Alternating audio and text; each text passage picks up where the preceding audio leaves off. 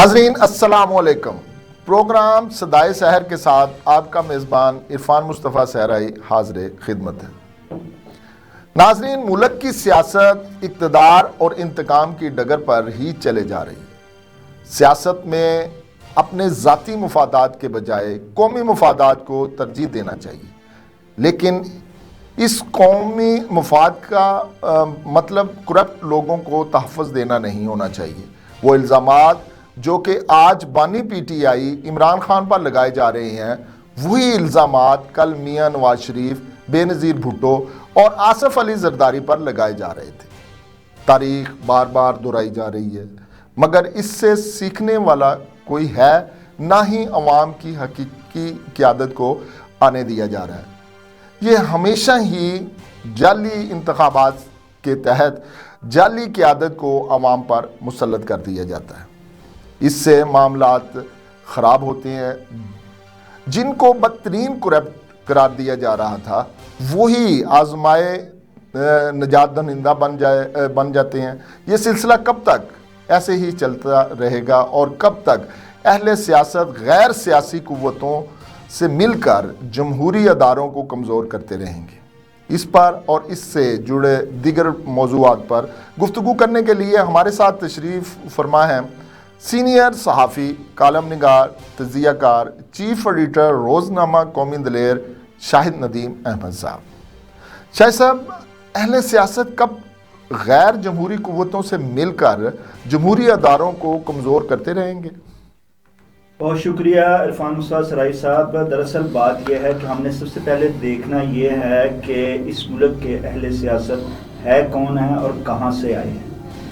یہ اہل سیاست وہ ہیں جو کہ مقتدرہ کی گملوں میں آبیاری کے ذریعے جو ہیں وہ عوام کے جو ہیں وہ نام نہاد نمائندے بنے ہیں، اور ہم انہیں اہل سیاست کہتے ہیں۔ یہ وہ اہل سیاست ہیں جن کے اندر جو ہے آمریت جو ہے وہ بھری ہوئی ہے۔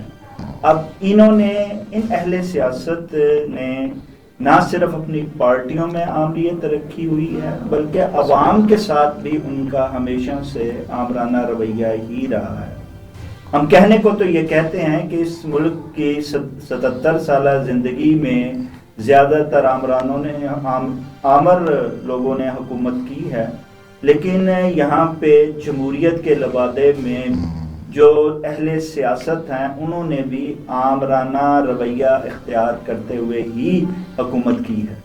وہ جب اپوزیشن میں ہوتے ہیں تو جمہوریت کے دعوے دار ہوتے ہیں، اور جب حکومت میں آتے ہیں تو آمرانہ رویہ اختیار کر لیتے ہیں۔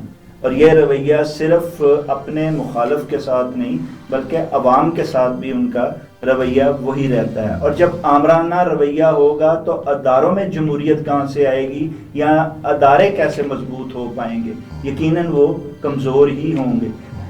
اگر دیکھا جائے حقیقت کی نظر سے تو آمرانہ دور میں پھر جمہوری اور جمہوری ادارے قدرے مضبوط رہے ہیں اور جمہوریت بھی دیکھنے کو ملتی رہی ہے۔ لیکن اگر آپ سیاسی، جن کو آپ جمہوری حکومتیں کہتے ہیں، اگر ان کو دیکھا جائے تو اس میں جمہوریت کہیں بھی نہیں نظر آتی۔ آج کا ہی آپ موجودہ حالات کو ہی دیکھ لیں کہ کہنے کو وہ جو پارٹی ہیں جو جمہوریت کی دعوے دار ہیں، علمبردار ہیں، وہ اقتدار میں ہیں، لیکن اپنے مخالف اور عوام کے ساتھ ان کا رویہ کیسا آمرانہ ہے۔ ان رویوں کے ساتھ اگر آپ کہیں کہ ادارے مضبوط ہوں گے یا جمہوری انداز فکر جو ہے وہ پروان چڑھے گا، تو ایسا ممکن ہوتا دکھائی نہیں دیتا۔ شاہ صاحب، کیا وقت آ گیا ہے کہ اہل سیاست ادراک کریں کہ جمہوریت اور جمہوری اداروں کو مضبوط کیے بغیر آگے نہیں بڑھا جا سکتا؟ دیکھیں جی، اہل سیاست جب حکومت میں آتے ہیں تو انہیں یہ ادراک کبھی بھی نہیں ہوتا، اور جب وہ اپوزیشن میں ہوتے ہیں تو وہ اس کا بخوبی ادراک کرتے ہیں۔ وہ یہ بھی ادراک کرتے ہیں کہ عوام کے کیا مسائل ہیں، ان کو حل کرنا ہے۔ وہ یہ بھی ادراک رکھتے ہیں کہ جمہوریت جو ہے وہ پروان چڑھنی چاہیے اور جمہوریت کا علم جو ہے وہ بلند ہونا چاہیے۔ لیکن یہی دعوے دار جب حکومت میں آتے ہیں تو ان کے رویے آمرانہ ہو جاتے ہیں اور بدل جاتے ہیں، اور جمہوریت کہیں بھٹکتی ہوئی بھی نظر نہیں آتی۔ جمہوری اداروں کو مضبوط جو ہے وہ یہ جانتے ہیں، یہ حکومت میں بیٹھے بھی جانتے ہیں اور اپوزیشن والے بھی جانتے ہیں۔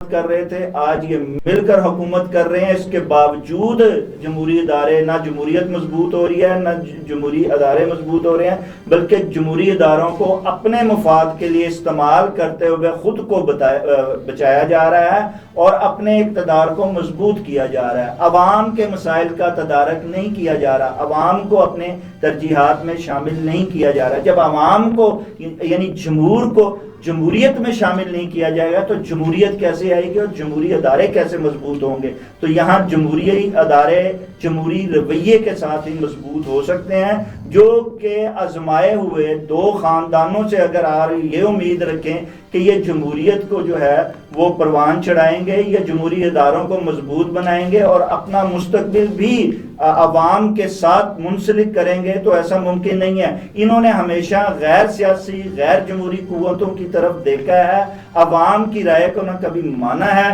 نہ یہ کبھی عوام کی رائے کو مانیں گے اور نہ ہی عوام کے فیصلوں کو جو ہے وہ لاگو کریں گے۔ جب تک عوام کی رائے اور عوام کے فیصلے کو مان کر ان پر نہیں چلے جائے گا، نہ یہاں پہ جمہوریت مضبوط ہوگی، نہ ہی جمہوریت چل پائے گی۔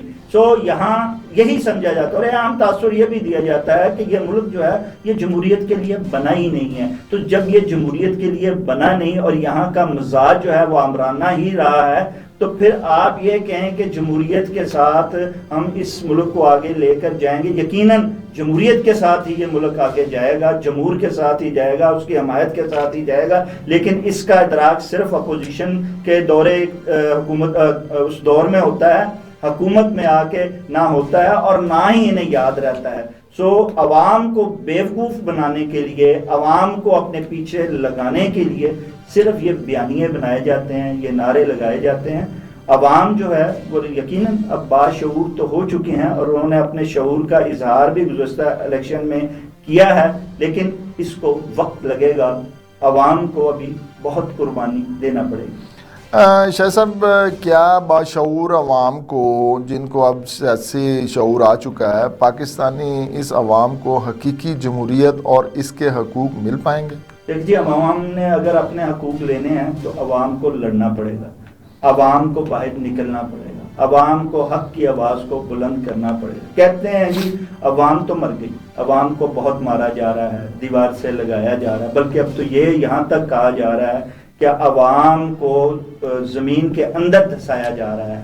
اس میں کوئی شک کی بات بھی نہیں ہے، جو جمہوریت کے نام پر جمہوریت کے علمبرداروں نے عوام کے ساتھ رویہ اختیار کیے ہوئے ہیں یا رکھ رہے ہیں، اس سے تو یہی نظر آتا ہے۔ لیکن قومیں تب بنتی ہیں، عوام سے قوم تب بنتی ہے جب وہ بے بہا قربانی دیتی ہے۔ اسے قربانی تو جو ہے وہ دینی پڑے گی، اور جب یہ اپنے حق کے لیے آواز اٹھاتے رہیں گے، قربانیاں دیتے رہیں گے، تب تک جو ہے وہ ان کے حقوق کی بات بھی ہوتی رہے گی، اس حوالے سے کوشش بھی ہوتی رہے گی، اور ان آمروں کو بھی جو ہے وہ خطرہ لاحق رہے گا کہ جب تک یہ قربانی اور آواز جو ہے اٹھاتے رہیں گے اس مسئلے پر، اور جب عوام ڈر کر بیٹھ جائے گی اور عوام اس چیز کو قبول کر، دو چیزیں تو عوام نے مد نظر رکھنی ہے۔ اس وقت جو حالات ہیں اس میں عوام نے اگر قربانی دینی ہے تو اسے حق ملے گا، آواز اٹھانی ہے تو اسے حق ملے گا، اپنی بات منوانی ہے تو اسے جو ہے وہ ملے گا۔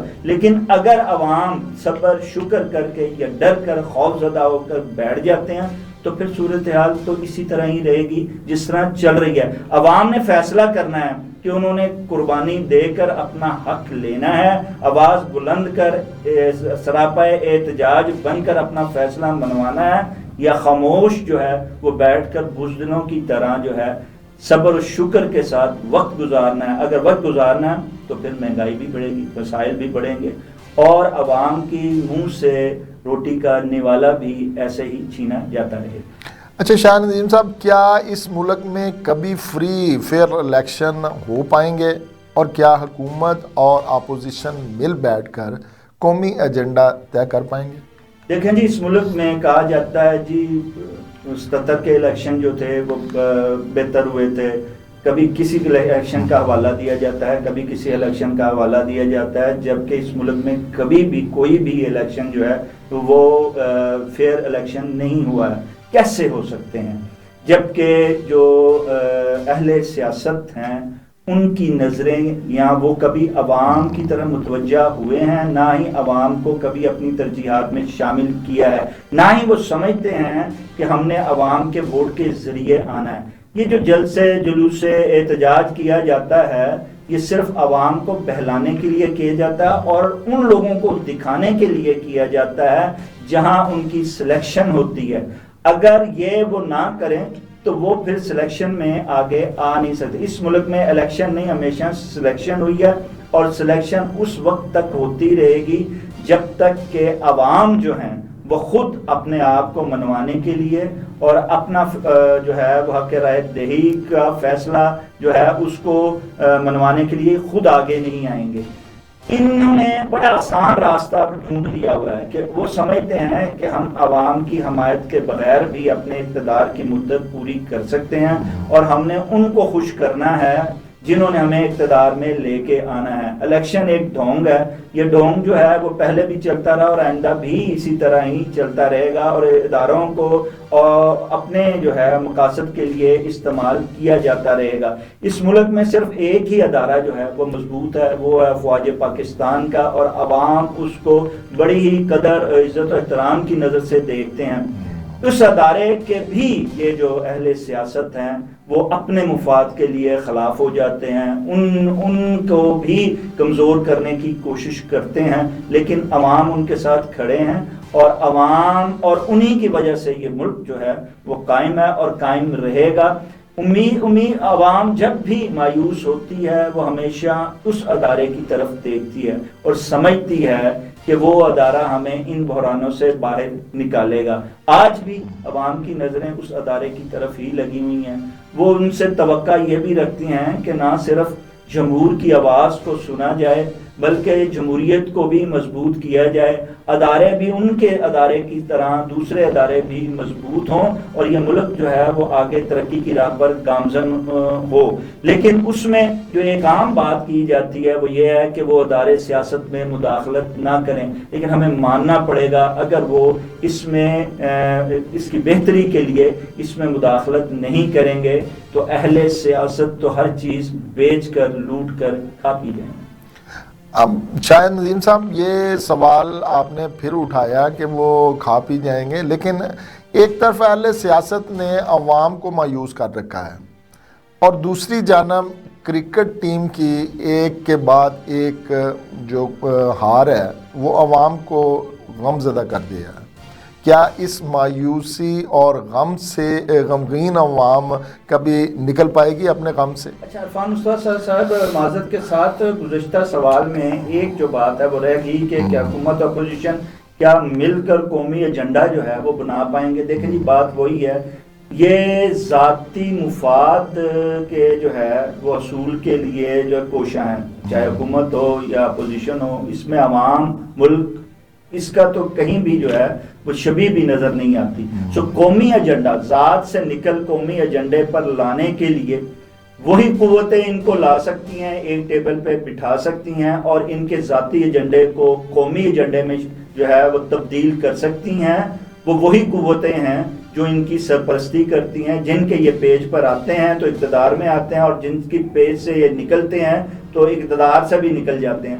عوام انہی کی طرف دیکھتے ہیں, انہی سے ہی مدد چاہتے ہیں, انہی سے ہی توقع رکھتے ہیں کہ وہ ان کی ذات کو قومی ایجنڈے میں شامل کر دیں, اور جب وہ چاہیں گے تو یہ ذاتی ایجنڈا جو ہے وہ قومی ایجنڈے میں شامل ہو جائے گا. جہاں تک رہی بات کہ اہل سیاست نے عوام کو مایوس کیا اور کرکٹ ٹیم بھی جو ہے انہوں نے غمزدہ کر دیا, تو عوام جو ہے اسے ان مایوسی کے اندھیروں سے جو ہے وہ نکلنا ہوگا. اپنی توقعات جو وہ بنا کے رکھتے ہیں کبھی اہل سیاست سے کبھی اہل اقتدار سے، ان جو توقعات ہے ان کی جو ایک بہت بڑی وہ امید لگا لیتے ہیں، اس امید سے نکل کر حقیقت کی طرف آنا ہوگا. عوام کو اپنے آپ کو اٹھانا ہوگا، عوام کو اپنی طرز زندگی کو بدلنا ہوگا، اپنے رویوں میں تبدیلی لانا ہوگی. آپ کو ووٹ اس کو ہی دینا ہوگا جو کہ اس کی اہلیت رکھتا ہے. آپ نے اپنے میں سے نمائندوں کو آگے لانا ہوگا. عوام جب تک دو خاندانوں کو، چاہے آپ کا فیصلہ مانا جائے یا نہ مانا جائے، آپ جب تک ان کے جلسوں میں جاتے رہیں گے، ان کی بریانیاں کھاتے رہیں گے، ان کی نان اڑاتے رہیں گے اور یہ توقع رکھیں کہ وہ آپ کو مایوس نہیں کریں گے، وہ آپ کو مایوس کریں گے.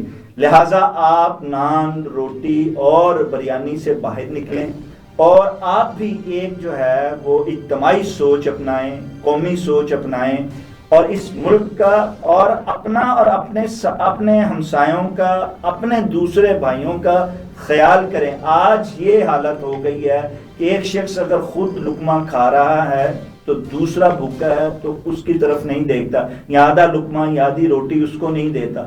جب تک آپ اپنے اندر سے اپنے بھائی کا احساس بیدار نہیں کریں گے تب تک یہ اہل اقتدار آپ کو بیوقوف بناتے رہیں گے، روٹی بریانی کے پیچھے لگاتے رہیں گے.